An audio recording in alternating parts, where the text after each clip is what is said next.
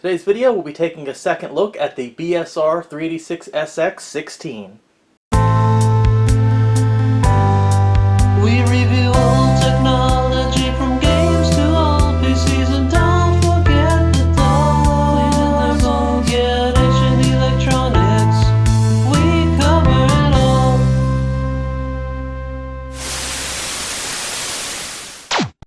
So as viewers of my channel may know, I have a limited space, very limited space, and a fairly consistent flow of retro computers that come into my possession. So obviously that necessitates the need to get rid of computers from time to time. And this is a machine that I actually did a video on a couple years ago. And I'm thinking about probably letting go. I have other machines that fill its niche a little bit better. But before I let it go, I wanted to do an update video on it, because the video I did on this thing was a long time ago. So I just want to do a sort of a quicker update video on it before I let it go. I'm not going to go into like super detail or anything. Like if you want to watch the old video, I'll have a link in the description, and I'll try to put a card up in the corner that you can click on. So we're just going to do kind of a brief overview this time and look at a couple things I've changed with it since I did that video.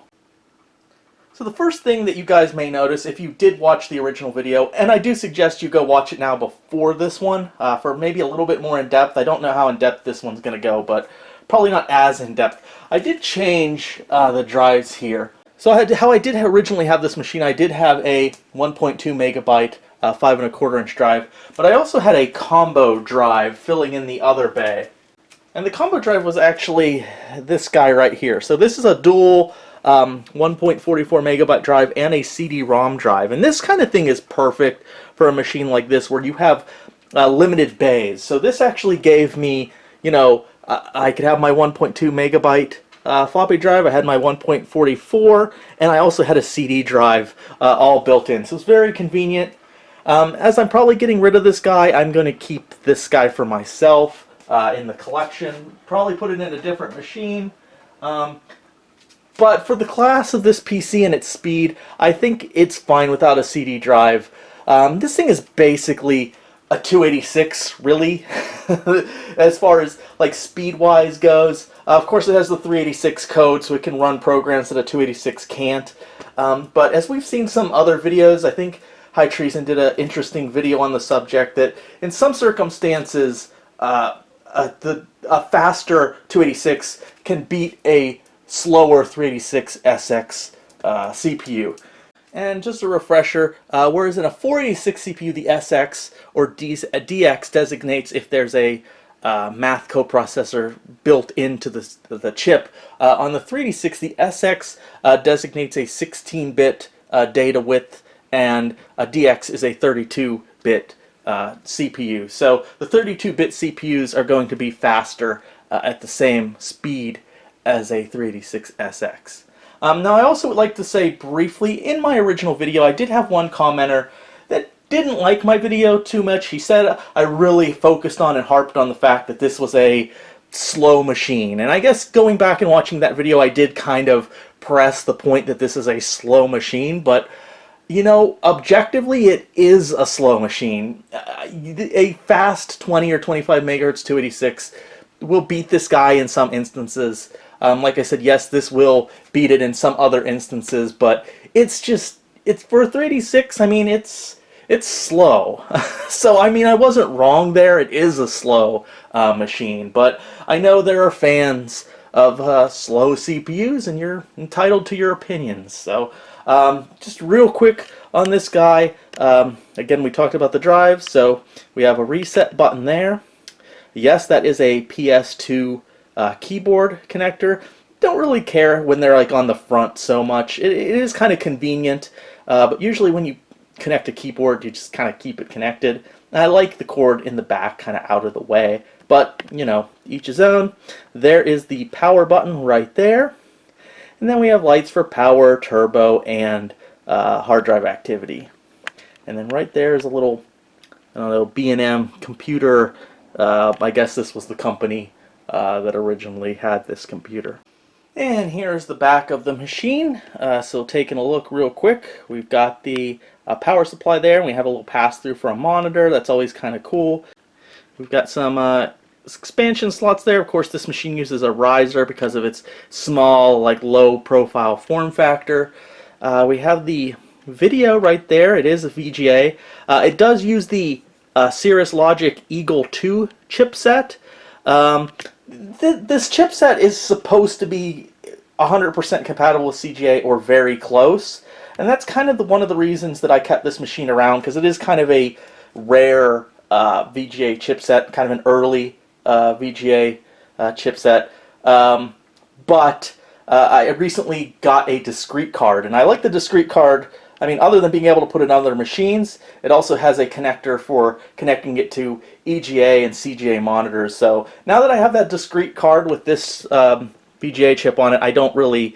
That was kind of the main point of me holding on to this machine, is that it had that Cirrus Logic Eagle 2 VGA graphics built in. I would also like to say that being kind of an early VGA chip, it's very slow. So it is a very slow VGA chip. Underneath there, I believe, now there's a mouse connection, but I believe that's bus mouse. It is not PS2. Parallel, and then moving over here, serial. That's like the larger form factor of serial, and the one we're more used to right there. And I did take out, I believe I originally had a graphics card, and I had a different sound. I think I had a Sound Blaster Pro in this thing. I have added a different sound card, which we will take a look at. So without further ado, let's open this guy up. And here we are inside the machine. Now a lot of things, I don't think I'm going to do a tear down of this. I did that in the original video. I don't really feel like I need to do that again. But in the original video, I do pull out this card and we look at the graphics, the built-in graphics and everything down there. I don't really feel the need to do that this time, though. Again, please refer to that video if you want a little bit more detailed breakdown of this machine. Then we have the hard drive here. So this machine has a external battery, which is long dead, so it does not hold the settings. So every time this machine boots up, you have to put in the parameters for the hard drive, and that is why I have written them here, and it's also written right here, so very conveniently. Actually, I think it's a type, like type 36 or 37, that this hard drive conforms to. Yep, there it is, right there, type 34. I guess I should write that on the outside as well. Originally, I believe this is the original amount of memory. This is only 4 megabytes of memory. Now, in the original video, I believe I upgraded this thing to 8 or 16 megabytes, and I started getting weird, like, parity RAM errors, and the machine would start locking up. So I actually took out the RAM that I had added and took it back down to 4 megabytes, and it's running just fine now. But I've tried a lot of different RAM sticks, and most of them, like, nothing happens. It just doesn't detect them. So it seems to be kind of picky about the amount of RAM and what type of RAM. But like I said, the RAM I did find that worked, it started giving me parity errors and locking up the machine. So I'm just going to have it at 4 megabytes there, just for the sake of stability. Now this is a little daughter card. I believe the 640, or maybe the first 1 megabyte is on the board. And then any amount that you add is up here. I do not know the max amount of RAM this machine can take. I'm guessing it's maybe 32 megabytes, but I'm not 100% sure. There's our CPU. Again, it is the slow 386 SX running at 16 megahertz.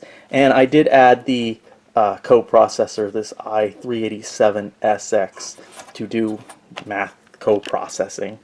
And now here is the sound card I've decided to add. I think I'm going to take this guy out so we can take a look at it. This is a MAD 16. So this seems to be a pretty decent sound card. So let's remove it real quick and just take a look at it. And here's a quick look here with that card removed. We got like a piezo speaker and some chips and whatnot there. So here's the card. Now this is a pretty decent card. It is the MAD 16. It probably has some other piece to its name, but it's from Media Chips. Although I believe this is a Opti sound chip here, and this is the 82C928. The MAD 16, I believe the MAD 16 Pro is what you usually see, and it uses the slightly updated 82C929, I believe, chip. So this is an older one. Phil from Phil's Computer Lab did a video on this sound card, but I believe he did one on the slightly newer one that used the slightly newer chip. When I was looking for drivers for this card, all I could find were ones for the later chipset on here. I didn't find anything specifically. Well, I did eventually find drivers for this old one. So, yeah, a lot of connectors here for different proprietary CD drives. Sony, Panasonic, all these different connectors here. It seems like it's a pretty decent card. I believe it's Sound Blaster compatible, Sound Blaster 16 compatible. I believe Sound Blaster Pro compatible. I think it might do Windows Sound System as well. I'm not 100% sure. Right there we have the joystick port, or I guess you could connect a MIDI device to it. I do not believe this suffers from the hanging MIDI bug. Mic, audio in, audio out, and speaker. So pretty standard there. If you look right here, well, first we're going to look right here. There is a true Yamaha FM OPL chip on there, so that is very nice. So you're going to get real authentic OPL3 sound. And then there's this interesting thing right here for setting mode. We have this interesting thing right here for setting mode, and it looks like it can be set to OPL3, which it is now, and OPL4, which is weird. After some research, though, there is no built-in OPL4. I believe you can connect a daughter board. I believe it would be right here that would have OPL4 capabilities, and then you could set this, and then you could take advantage of OPL4.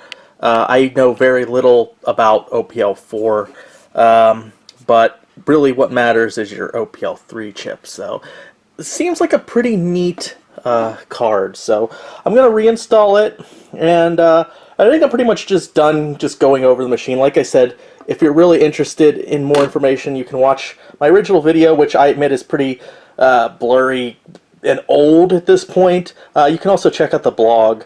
So let's reconnect this card, and let's check out just a few games. Alright, so before we get into the games, of course, we like to do a couple benchmarks with some benchmarking programs. Here's the machine posting and booting up. Usually at this point here is where I would get the memory. Under testing memory and protected mode, I would get a memory error. But I don't get those now that it's down to 4. And of course, there's the... of course, as I said, the CMOS battery's dead. So you have to go into the BIOS of the setup program every time if you want it to work. And you have to set up the disk drive and then the hard drive.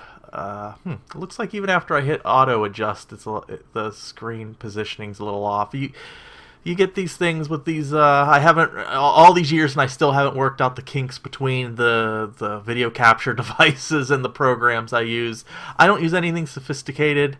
I just usually I use OBS. Sometimes I use AverMedia, like capture software, and I have this thing called a Manta. I got it really cheap. I got it for like $30 like 3 years ago or so, and it does like every resolution and stuff, but they're sold out. But it's pretty handy for like what I paid like $30 or something for it. But anyways, I'm getting off topic. So here we are posting now. So now it should go right in. It looks like I set the video shadow RAM to enable. I don't really know exactly what that does. But yeah, it should start up just fine now, and there we go. So yeah, every time you kind of unplug it, you're gonna have to do that setup. There's the MAT 16. I've disabled the interface for the CD-ROM since I don't have a CD-ROM installed. You still see the line for the TEC, that dual CD-ROM floppy drive I used to have in there. Even putting REM, that line still comes up when it posts. I don't know why. I guess I could just delete it altogether, but I was toying with the idea of maybe putting it back in there. So yeah, and there we go with the Mad 16. I don't even remember exactly where I found the drivers for this card, but like I said, at first everything I was finding was for like the newer revision of the Opti chip. There was nothing for the older one that this uses, so it took me a while to find it. All right, so here we go. So we're just gonna look at a few benchmarks. Alright, and we'll start off with 3D Bench. That's usually what I start off with, and it is like abysmally slow. Now this is the one that's designed for like a little bit faster computers. I actually think it's for like 386s and above. I'm not sure, it just says faster PCs in parentheses. So I'm not really sure what this program considers a faster PC, but I can tell you on this 386 16 megahertz SX, it's really slow. I think it ends up being like here, I'll go to the end real quick, but I think it's like 10.4 is the score it gets. Oh, no, I was wrong. It's actually 10.3, so like 0.1 worse than I even remember. So yeah, that's pretty bad. So let's see what it does when I use the older version of 3D Bench that I guess is meant for slower computers.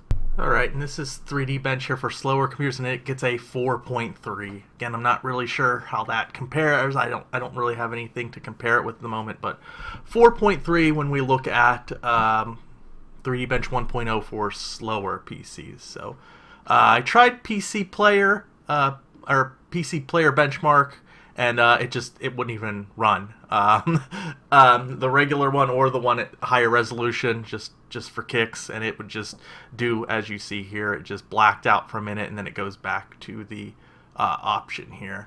Alright, so let's look at system information here. I should also say I did try to run Doom, but it failed. But it failed to run just due to insufficient memory. The 4 megabytes of memory just isn't enough to run Doom on this machine. But here we are taking a quick look at the system information, and then I'm going to run the benchmark here just to see how this program, how it stacks up in this program. And we run the CPU speed benchmark, and it's 10.3. So, well, these are fairly fast machines on this list here. So, yeah, I wouldn't expect it to beat a 66 megahertz Pentium or anything like that. And then running MIPS here, it looks like we're almost 2 times as fast as an 8 megahertz IBM AT, which is a 286. And it looks like it's 90% of the speed of a compact 386. That I have no idea what this program considers a compact 386. That's extremely vague. So that really doesn't give me any kind of indication there. But the comparison to an 8 megahertz AT is decent. Alright, here's World Class Golf. I figured I'd throw this in because I've used this before for comparisons, and I had the disc laying about, and it looks... I haven't directly compared it here, but it looks comparable to what it was, how fast it was loading on my various 286 machines. It's pretty quick and zippy here, so yeah, of course this game is really meant for an older machine, but I like to use it to see how quick it like draws in the trees and whatnot. It plays perfectly fine on this machine as expected. Although I can't play this game worth crap. I swing my ball, the balls keep swerving, as you see here. Whoop, there it goes. Okay. Next, and here's the original Duke Nukem. You don't hear any sound because, well, it's running on set up for PC speaker. I don't even know if this game actually supports anything but PC speaker, the original Duke Nukem. So yeah, it runs perfectly fine on this machine. Although I haven't played this game a whole lot, so I'm not expert on how it's supposed to run, but it's perfectly playable here for me on this machine. Alright, so now let's play just a couple games that had some kind of Sound Blaster sound card support, so we can hear that sound card a little bit now. And I think in the settings here, when I captured this footage, I think the output volume was down really low for my line out. So this sounded fine on my PC speakers. I was splitting the audio, so the speaker out sounded great, and the capture device was hooked up to the sound out, which I think the volume might have been turned down a bit. So it is there, but it's kind of low. For these next couple things, turn up your volume either on your headphones or your speakers, and you'll be able to hear it fine. And I'll give you a warning when these are ending, so you can turn it back down so you don't blow your eardrums out. I also would like to point out with this first test with Major Striker, the music in the game worked, but the sound effects didn't. Not sure why I was having that issue.